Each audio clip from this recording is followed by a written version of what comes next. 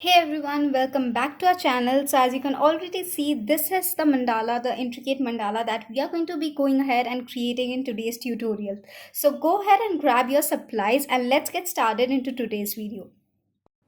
So getting started, there are few supplies that we will be needing in today's tutorial. So getting started, we have here a 200 GSM Brewster drawing paper that I'm using, but you can go ahead and use any drawing paper that's available. Even if you have watercolor papers available, just make sure it's at least 100 GSM and above so that the fine liners doesn't bleed or smudges. Next, getting ready with, we would be needing a ruler, a protector, a compass, a pencil, eraser, you can keep that handy, as well as we will be needing some fine liner. So I'm using a thick and a thin tip. So for the thick tip, I'm using the 0.4 mm, which is this one, again of Brewster, and for the thinner one I am using the 0.1 mm, again of Brewster. But again, you can use any fine liner that is available to you, or you can get started with the gel pen as well. So keeping these aside and coming up to the tutorial here, let's get all of these things aside and just get started with the pencil, paper and the ruler. So what we are going to do first, using the help of the ruler and the pencil, is we'll go ahead and mark the center point of our paper here. So I'm going ahead and placing my ruler at the top half of my paper and measuring out the width of my paper. It is 14.8 centimeter. So what I'm going to do is divide it by 2. So 14.8 divided by 2 is 7.4 centimeter, which is something that I'm going to mark it out here. The same thing, I'll repeat it on the opposite side of the paper, which is at the bottom half, again placing my ruler at the bottom half and marking the midpoint, which is 7.4 centimeter. Then what I'm going to do is go ahead and join these two marked points in a straight line, thus dividing my paper into two equal halves. Now whenever you're using the pencil, make sure the pencil is very light and you're using the minimal pressure so that it's easy for you to erase at the end. So the pencil lines are just for our reference and to make it more symmetrical and uniform. So we are going to go very light-handed with them. Same way, the process that we repeated on the width of our paper, we'll repeat it on the length side of our paper as well. Again, taking out the measurement of the length of my paper. So the length of my paper here is 21 centimeter. So again, divided by 2, it will come up to 10.5. Again, we'll mark that midpoint on first side and then again on the opposite side. Again, we'll go ahead and join it here, thus dividing our paper into 4 equal halves. And I'm just going to thicken out the centermost point so that I know this is the center of my paper. So the intersection of this vertical and the horizontal line is where our center of the paper lies. Now the next thing that we do is take out our protector. So I'm just using a 180-degree protector, but you can also go for a 360-degree protector, whichever one you're having. I'm going to go ahead and place it over here, making sure the center point of my protector is aligned with the center point of my paper. And even the 180 degrees and the 0 degrees are perfectly aligned with the horizontal line, and the 90 degrees perfectly aligned with the vertical line. So these are all of the points that we'll keep in mind so that we get the perfect measure. Now there are a couple of ways for you to go ahead and make your grid as broad or as narrow as you want, but I'm going to go for a bit of standard kind of a measurement here. So I'm going ahead and marking the 15-degree points, which is 15 degree, then the 30 degree, then the 45 degree, then the 60 degree, then the 75 degree, and we have already the 90 degree. Same will be marked here as well on this side, 15 degree, 30 degree, then the 45 degree, then the 60 degree, and then we have our 75 degree, and we already have our 95 degree. Now if you are using the 180-degree protector, you can keep it as it is. Another thing that I usually like to do is reverse my protector. Again, place it in the same way on the opposite half so that when I'm joining the marked points, I am perfectly aligned with all of the grid lines, both on the top half as well as on the bottom half. But this is nothing compulsory. You can might skip this portion as well. So again, same way, marking the 15-degree gappings grid line, You can choose the grid line according to your choice, as broad as you want, as small as you want. Previously we used to just bisect it and go for the 30-degree for mini mandala, so you can go for the 30-degree angle as well, not go for making it more smaller to 15 degrees, whichever you are more comfortable and whichever you feel the best about.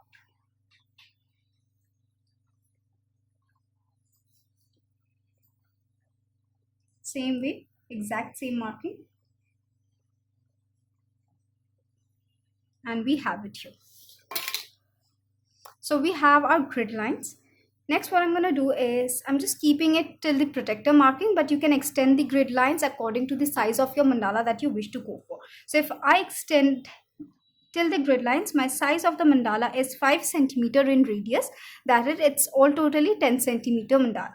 So I'm going ahead, again taking out my ruler here, placing it at the center point and making sure that both of the marked points are completely aligned with the center, because each line should pass through the center, otherwise you will again end up with wrong measurements. So again, with very light hand, joining the marked points or the grid points like this, and we are going to repeat it all throughout.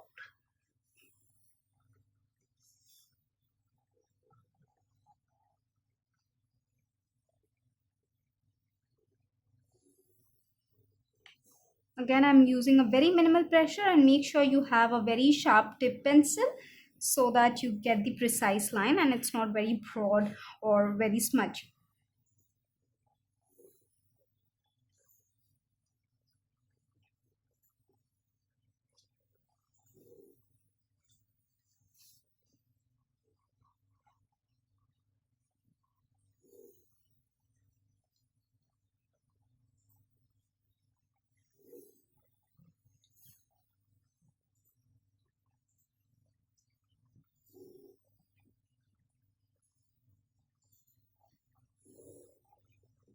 So here I'm done marking or joining in all of my grid points.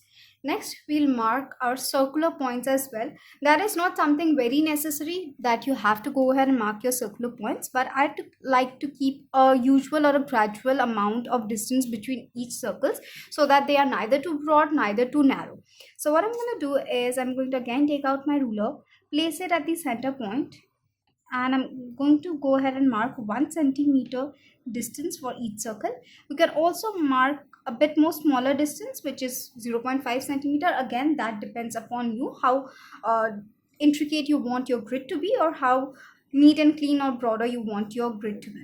So then next, moving forward, taking out my compass here, placing it at the center point, and I'm going to go ahead and take it up till the marked points and draw circular lines which are at an equidistance.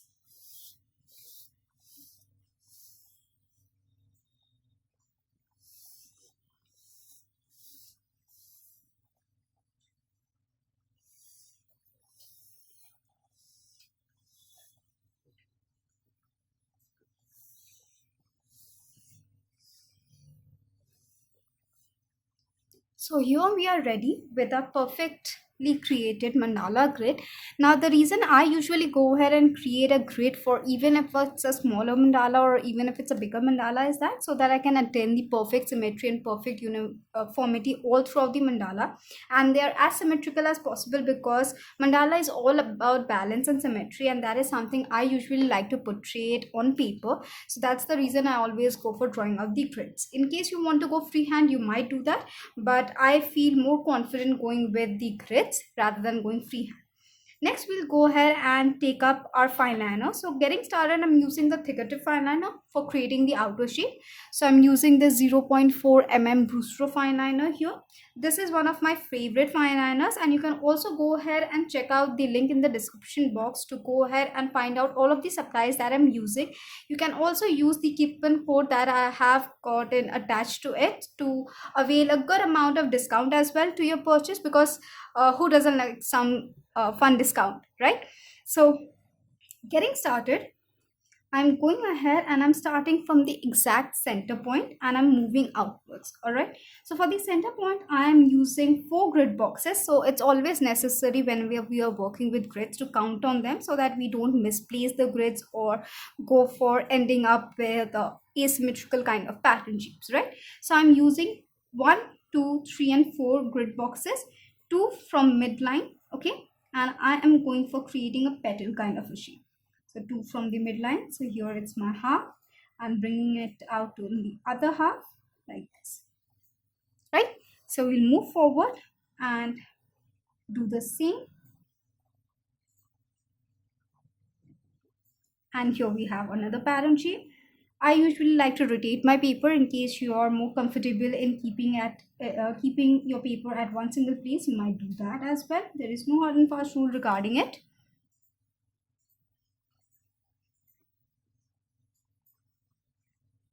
This, and we just keep on repeating it. So always going ahead and counting on the grids. Okay, that's something that we are keeping in mind. 4 grids at a time. In case you are a bit confused, you can always start with the pencil so that you have a clear cut layout and then redo it with your fine liner, which is absolutely fine. Now once I'm done with my first layer, let's move on to the next layer. Now for the next layer, what I usually do is I always start from the middle point of the previous pattern shape so that they look more connective. But you can start in between as well, whichever you're comfortable and however you wish to go for.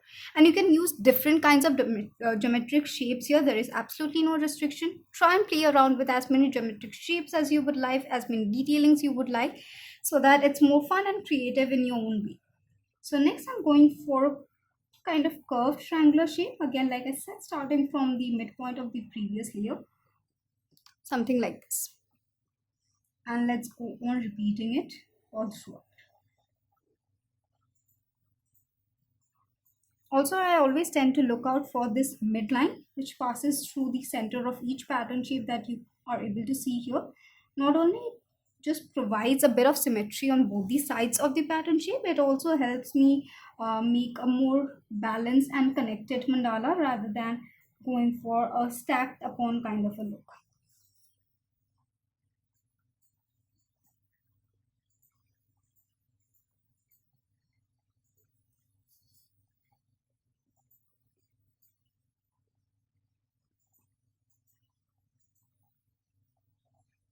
So here we are done with our second shape as well. Let's move on to our next shapes. Again, you can start from the midpoint of the last pattern layer that you did, or you can also start from in between, whichever one that you wish to go for. Let's go for a little bit of in between. So I'm repeating a similar kind of shape, but from the inside or in between of these pattern shape rather than going from the middle. Again, it's your choice how you wish to layer your mandala. There is absolutely no restriction or hard and fast rule.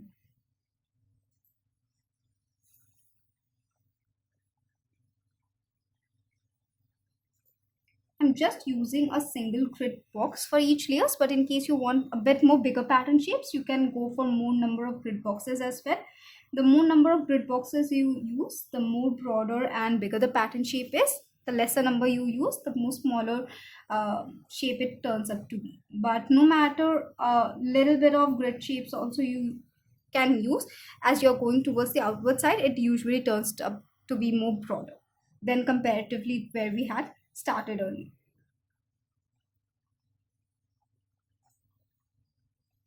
Right, so here we are done with our third layer. Let's move forward to our next layer. So again, I'm just keeping it in between in this region only, but you can extend it out or keep it inverse, whichever one that you wish to go for. So I'm just going for in between of this a triangular shape. You can again, like I said, use any of the shape that you would like to try out or go forward with.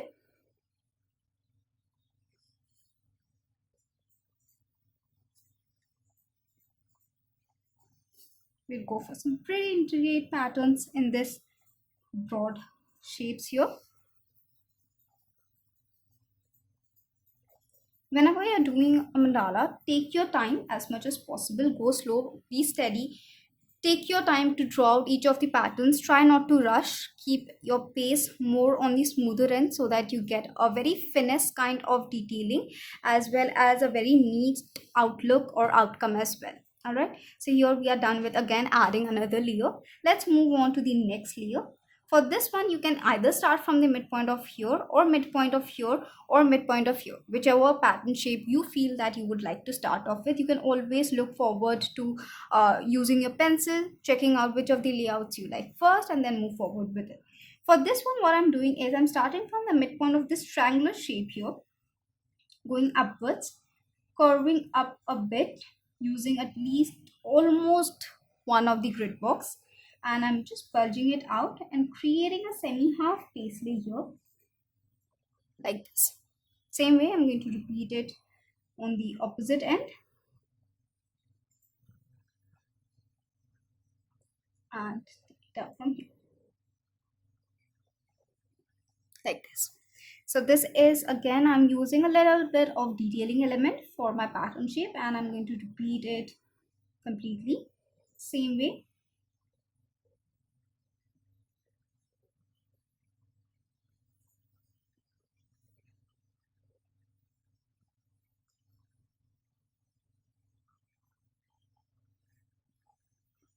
This, and we are going to keep on repeating it.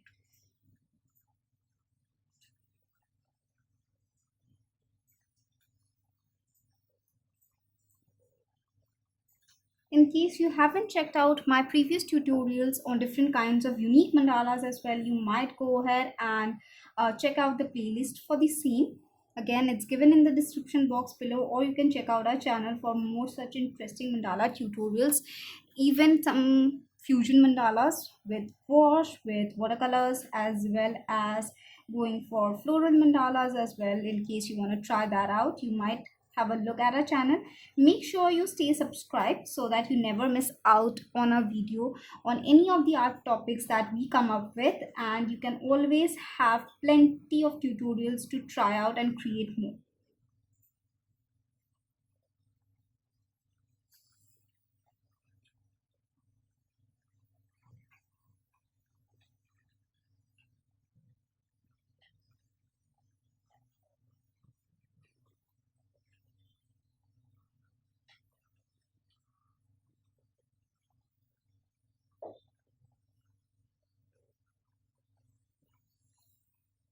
And here we are almost done with this layer as well, the last one that's left.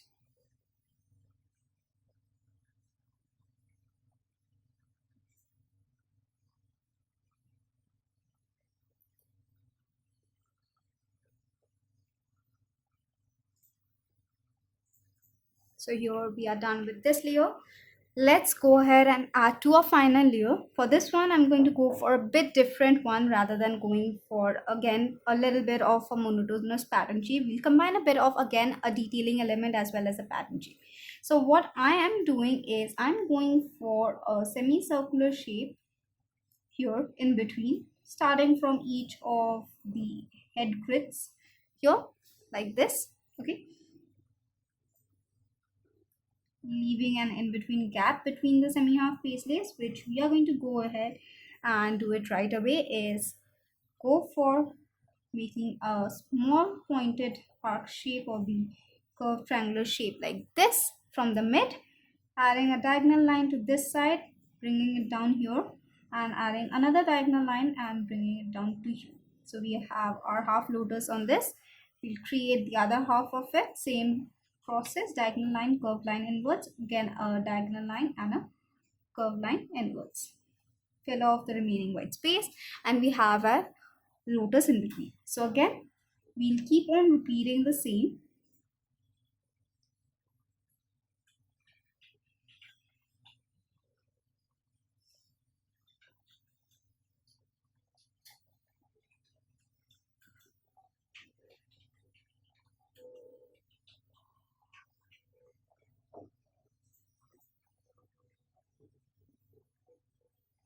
You can also go for a regular petal detailing instead of the lotus petal. In case you want, you can also go for a pattern shape instead of creating a lotus or any other petal or detailing element if you wish to, and just like keep on repeating the patterns that you might have already used, or any other shape of your choice. Again, no hard and fast rule. As you like your mandala to be, you can go ahead and add up to the layers. There is absolutely no restrictions in that case.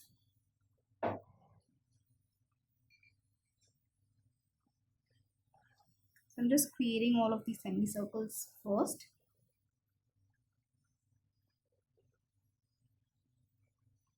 and then creating all of the lotuses.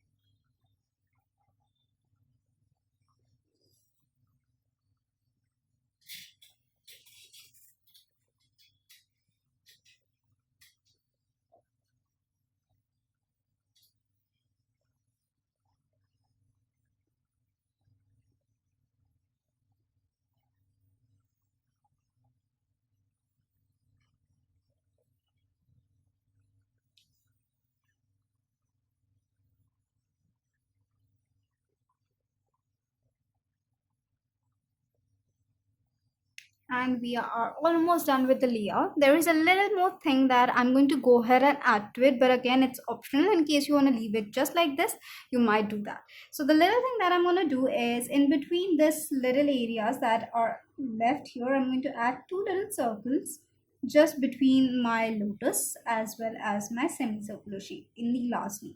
Okay, so this is something that I usually like to add, but that is not again absolutely necessary. In case you feel that it just adds a little bit more intricate touch to your mandala, you might do the same.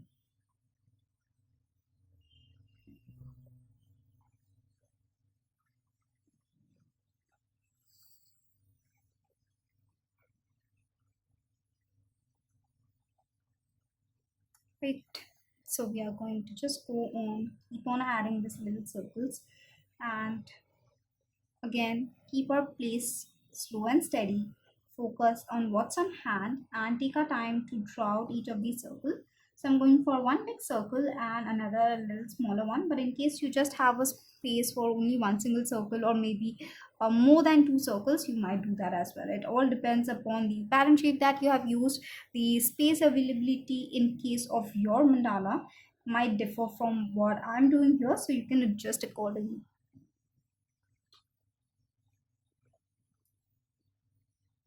Alright, so here we are done with the basic layout of our mandala. Now coming back, what we are going to do is we'll just stretch our hands a little bit. We are a bit tired, might be, with doing all of the pattern shapes at one go. So stretch your knuckles and stretch your hand. Just give it a little bit of rest before we go ahead and jump on to our details. Now once we are done with that, what we'll do is next we'll take out our thinner tip fine liner. So for the thinner tip, I am using the 0.1 mm of Brewster, but again you can use any thin tip fine liner that you wish to go for, or you are comfortable working with, or you can use the just the same fine liner that you did it with. The reason I go ahead and use a thinner tip fine liner, because I feel it provides a little bit more contrast between the outer shape and the inner detailing, as well as with thinner tips it's more comfortable to go on with more intricate detailing, adding more of the precise lines over here.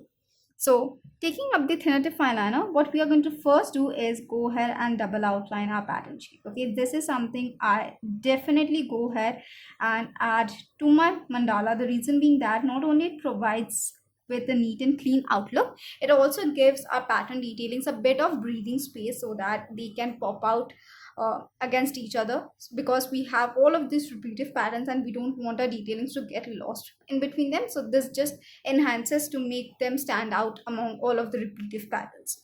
So let's just do a couple of them here, and the rest we can do later on. Okay, so I'm just going for doing a few of the pattern shape, this is something that I definitely recommend you to do it at the beginning, because while you're going ahead and moving forward with the detailing, what happens, we tend to miss out on a couple of them because we are more focused on adding the detailing. So I'm just going for a couple of pattern shapes at this point of time, but I would suggest you to go ahead with all of the pattern shapes before starting with your detailing. All right. In case you would just like to add colors to your mandala, that is something that you can do as well after you're done with the layout, and you just can go on your own color therapy, add your own favorite colors, combinations of your choice, and keep it that way rather than adding detailings, whichever is more preferable and whichever you find more soothing and more connected to.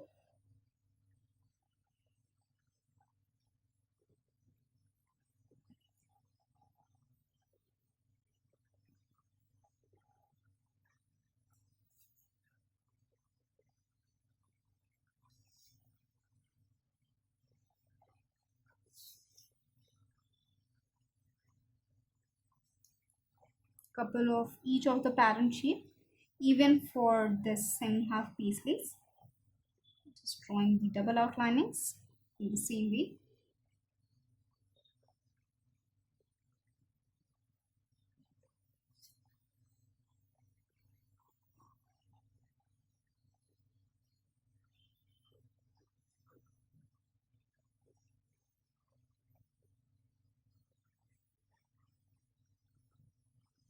And for our second last pattern shape, which is the semicircular shapes, now you might go ahead and add the double outlinings to your lotus, but you might not. Whichever you feel more comfortable, you might do that, because lotus is again a detailing element. In case you're not filling up with more intricate kind of detailings, you can skip double outlining. But in case you have a plan of going for bold and more detailed kind of a lotus, rather than keeping it to the minimal, you are mostly like, it's better to go ahead and double outline them so that they are neat and precise, and they have this little marginal space to make each of the petals pop out.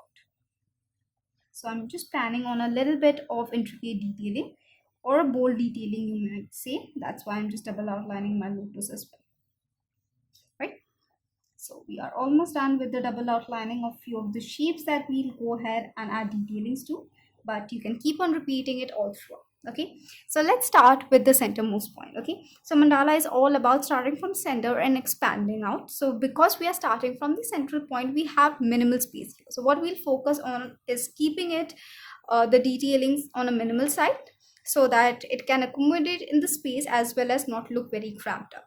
And as we move towards the outer layers, as we expand more, we'll try and fit in more of the intricate detailings rather than just getting started with the intricate detailings at the extreme beginning only. Okay, so for the first one, I'm going for a spiral, a reverse spiral like this, and a circle. You can keep it more simple. You can go for two circles as well, because spiral that we are going for is basically a complete circle. Or you can just go for a single line and dot in case you wish to. In case you're going for colors, you can just keep it to the color and not add the detailings, or you might go ahead and add colors and then add the detailings. All right, so we are done with the first layer. Let's move on to the next layer. For next one, I'm going for an in-between circle here like this.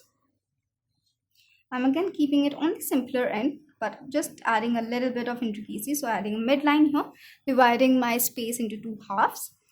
On one half, I'm going for adding petals, starting from the side, stacking it up, three petals, keeping the petals bold and always touching it to the double outlining so that it's more bolder and more prominent. I'm just going to add a little bit of lines like this to add the intricacy a little bit more.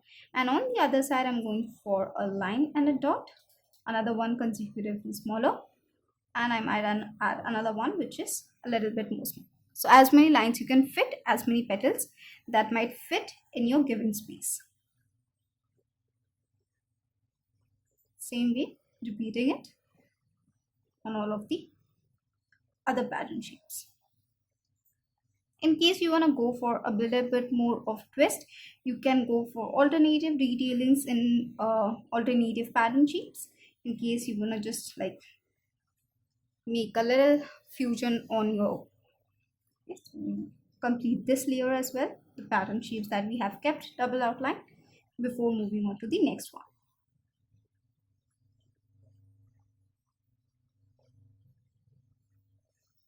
Also, it's very important to take breaks. Try not to stretch and sit for a very long hours. The reason being that you might cramp up your hand as well as your back, and it might put a lot of stress on your hand instead of reducing it. So try to give breaks and then come back and start at it again. So we are done here with the second layer. Let's move on to the next layer. So for the next layer, I have this pointed arc shape here, which is more elongated, right? So we'll again go on combining a bit more of elements rather than just keeping it on the singular end. So what I'm doing is I'm going for using this in between grid and adding a spiral or a swirl. All right, next I'm going for adding a mid petal from the middle half, adding a side petal on both sides, filling off the remaining white spaces, adding a line and a dot inside my petals. And in here, I'm just adding two little circles. Again, if you have that space, you might add. In case you don't, you might skip this. Okay, so here we have our detailing as well. Kind of similar to the previous one, but just a little bit different.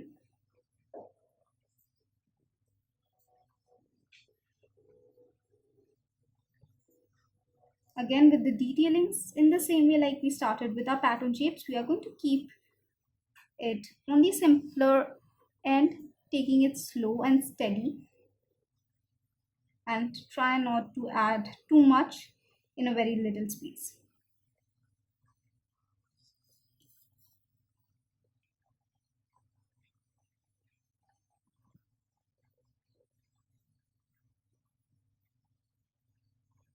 You can also, like we had said in the beginning, that you can try it out with your pencil, see how the layout looks, and then move forward with redoing with your fineliner, so that you have a more clear vision and you don't have to directly go on with the detailing with your fineliner, right? So here we are done with the next layer as well. Let's move on to the in between triangular regions that we have here. Now for this one, what I'm doing is I am going for the lotus detailing, similar to the one that we have above. So from the mid one, small pointed arc shape, diagonal line, curve it back in. Again, a little circle in case you have that space to fill it in. You might opt it out or add it, whichever that you are willing to go for. Fill out all of the remaining white spaces. And I'm going to add mid lines. You can add a line and a dot as well. So I'm just going with the lines here because I've added the lines and dot in the petals just beside it, but you can go in both ways as well. Again, no hard and fast rule regarding this.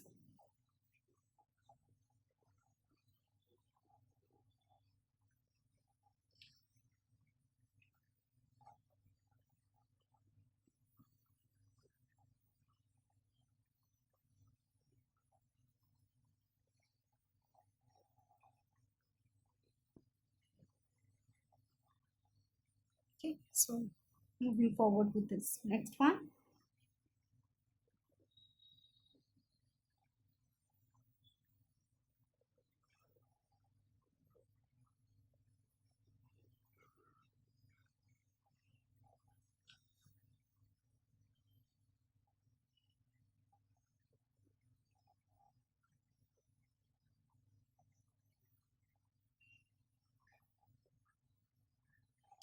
So here we are done with this detailing as well. Let's move on to our semi-half paisleys, right?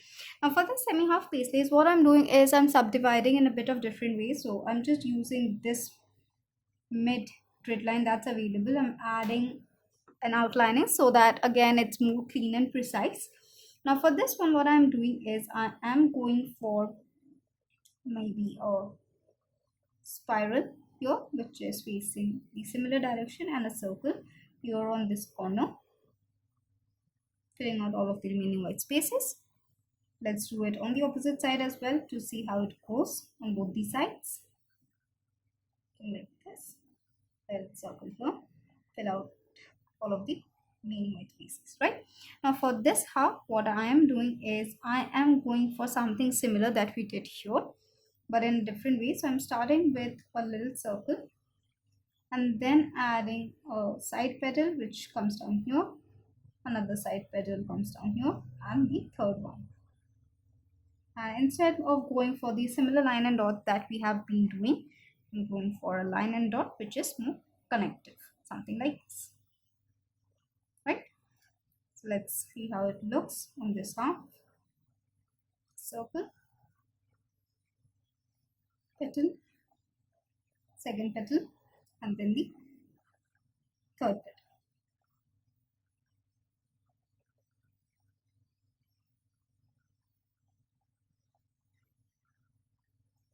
Right? Same way the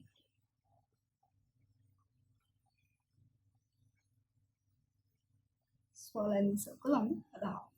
We'll do this one, right?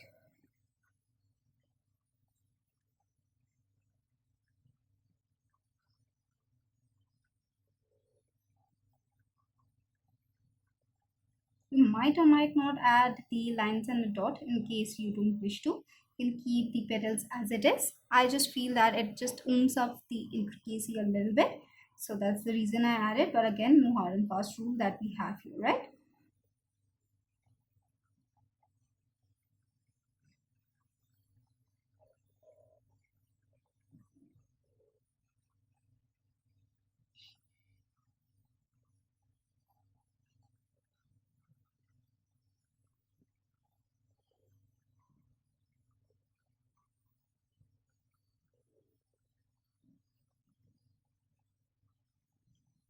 So here we are done with our semi-half paisleys as well. So we have last two of our shapes here. Okay, so let's get started with first the lotus. Now for the lotus, I'm using the hatching technique. Hatching is basically when you press your fine liner here at the start and you pull it out. Okay, something like this. So creating lines which are very close to each other, but maximum pressure at the start, minimum pressure at the end while we are lifting our hands away, like this. So first I'm hatching only on one side. You can hatch either on both sides or only on single side, but I usually like to hatch on both the sides depending upon the space so that I don't turn it up too dark. So I'll first hatch on this side. I go ahead and hatch from the opposite end as well, like this, but I'll just keep a little bit of space in between so that it provides a nice highlight and creates a very nice detail rather than just completely covering up the lotus. In case you wish to just completely add black filling, you might do that as well. So let's do the same here as well.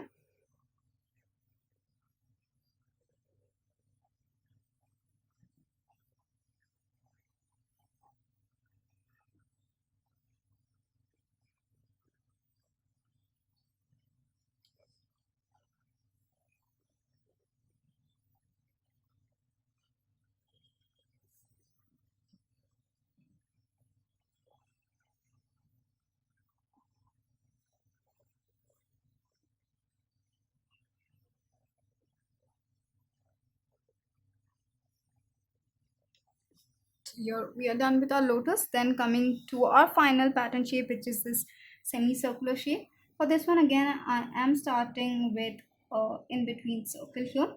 I'm to go ahead and make a pointed arc shape which touches this midlining from this in between area here. To go ahead and again double outline this because again we have created a shape here and we don't want it to go ahead and get combined. Here I'm adding single spiral or swirl, and I'm going for adding one petal and another one here and filling off remaining white areas. I'm not adding any of the detailing here of the line detailings in my petals here because it's very precise and very narrow and don't want to crump it up, but again if you have a bit more space you might do that. Here I'm just going with a simple detailing which is of the line and dot, which is consecutively smaller on the either side, something like this. Same way I'm going to repeat it here. So what I am basically doing here is going for a pattern shape inside of another pattern shape. So again, subdividing it, but in a different way. Rather than dividing just from the middle, we are dividing it with the help of the smaller pattern shapes.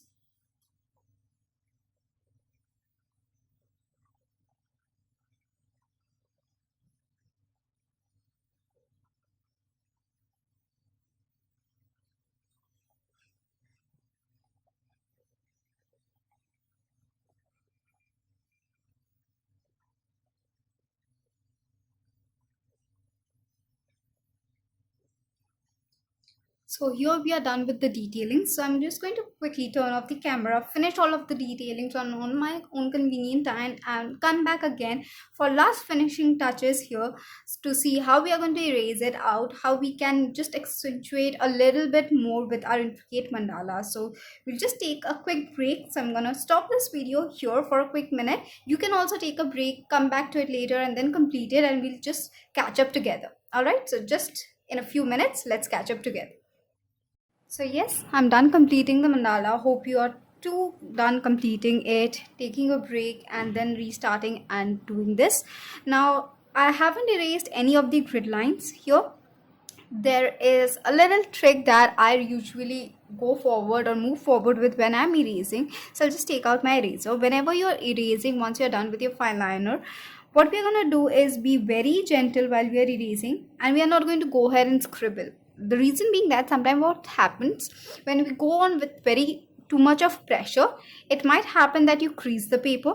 It also might happen that you might damage or tear off the paper in case it's on a bit of lower quality or a lower GSM.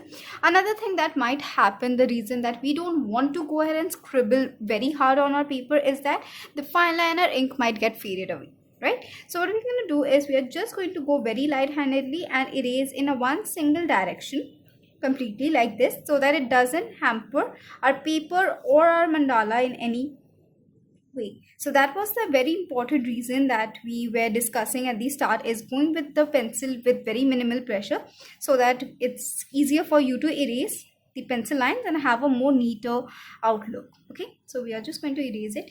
You can put a little bit of pressure towards the outer side where your mandala isn't present, but inside of it, it's more suggested that you go with a very light hand like this. Okay, hold your paper very stiffly or very firmly, so that again you don't tear it or hamper it in any way, and it's more steady and more in your grasp, right? So we'll just go on erasing it, cleaning it out before we go ahead and add a little bit more of something to this. Okay, right? So here I have a neat and clean mandala completely ready. You can leave it as it is in case you wish to, but there are few things that I usually like to add to my mandala to just like make it pop out a little bit more, just add an extra touch to it. So the next thing that I'm going to be doing is I'm using the metallic brush pen in the shade purple here of Brewstro, but you can use any metallic color or any color of your choice, pen, brush pens, watercolors, anything that is available to and your paper can hold that. So what I'm going to do is I'm going to choose the element, and I usually choose the circle. So I'm just going to make all of these circles in this metallic shimmery color to make it pop out and add a bit more additional touch to my mandala, which will create a bit more focus whenever an audience views my piece, right? So I'm just going to go ahead and add this little purple metallic shade to these areas. Now I know it's not clearly visible uh, on a straight line, but I'm going to give you a closer view as well. You can go with any other metallic shade, maybe gold, maybe silver, maybe any other color of your choice in case you're using just the colors. All of the circles that are present, go layer by layer so that you don't miss out, and again don't create any asymmetrical kind of a detailing.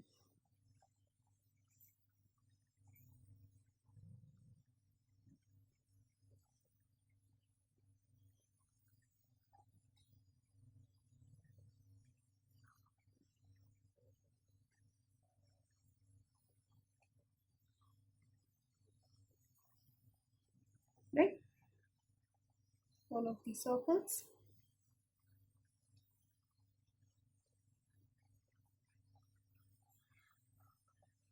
Because I'm using the brush pen, I have to be a bit more careful so that I don't put too much of pressure and smudge it out. You can use, like I said, watercolors with finer brush or metallic pens or metallic watercolors or any of the different color that you might want to add a pop of. Okay, you can just use regular brush pens as well, color pencils, pigment liners of different color, jelly rolls for that matter.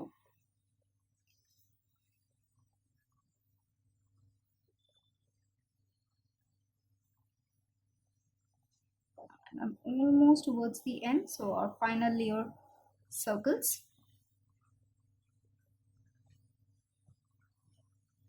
You can go for more than one color instead of just going with a single shade if you wish.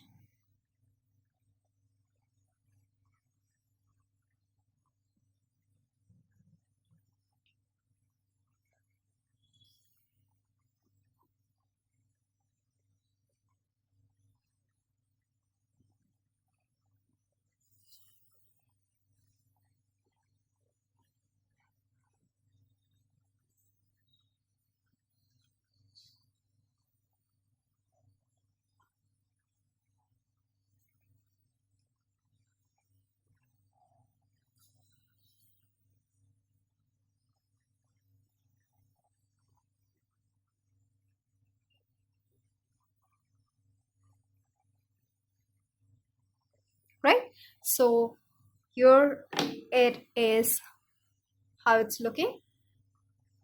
Right, just a little bit of color. Once there's now the final thing that I definitely go ahead and add it to any of the mandalas that I'm creating. So I'll just take out again the thicker tip that I had used earlier, which is the 0.4 mm, and I'm going to go ahead and add a thick outlining to my last layer just to create a good amount of contrast between the complete mandala, just to make it pop out a little bit more. Okay, now again, like I said, this is absolutely optional, not a hard and fast rule or nothing very mandatory. So I'm just going to go ahead and keep doing it to the complete layer. This is just something that just like makes the complete mandala pop out of your paper, giving it a final bold ending, I would say, just to create the complete focus towards the central piece in this paper here.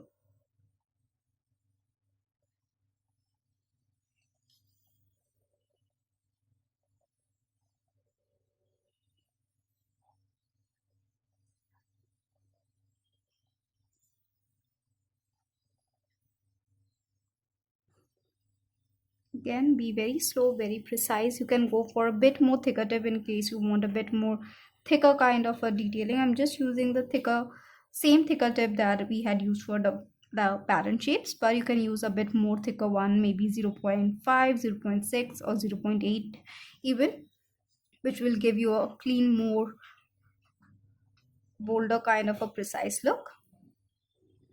You can also go for another round in case you want to go for a bit more of the bolder kind of a detailing, but I usually feel just one layer is quite enough to grab the attention of your audience or your viewers.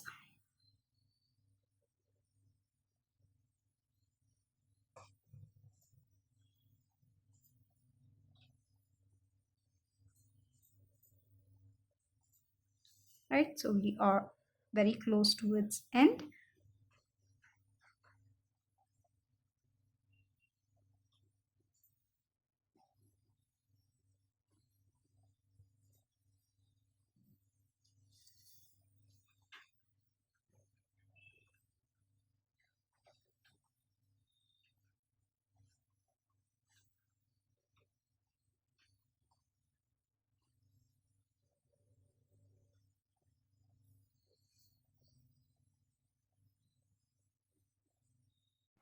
So finally, we are done here with this intricate mandala. Let me give you a closer look on the purple shimmer that we had added. So this is how it looks with the touch of a color. You can go ahead and use the color of your choice to just like make it pop out a little bit more in case you wish to do that.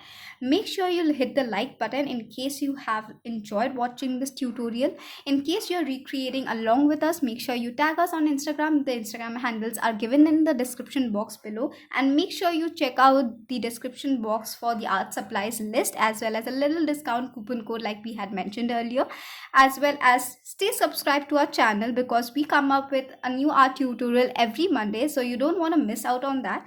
Till the next time, stay tuned. I'll see you soon with another exciting art tutorial. Bye bye everyone.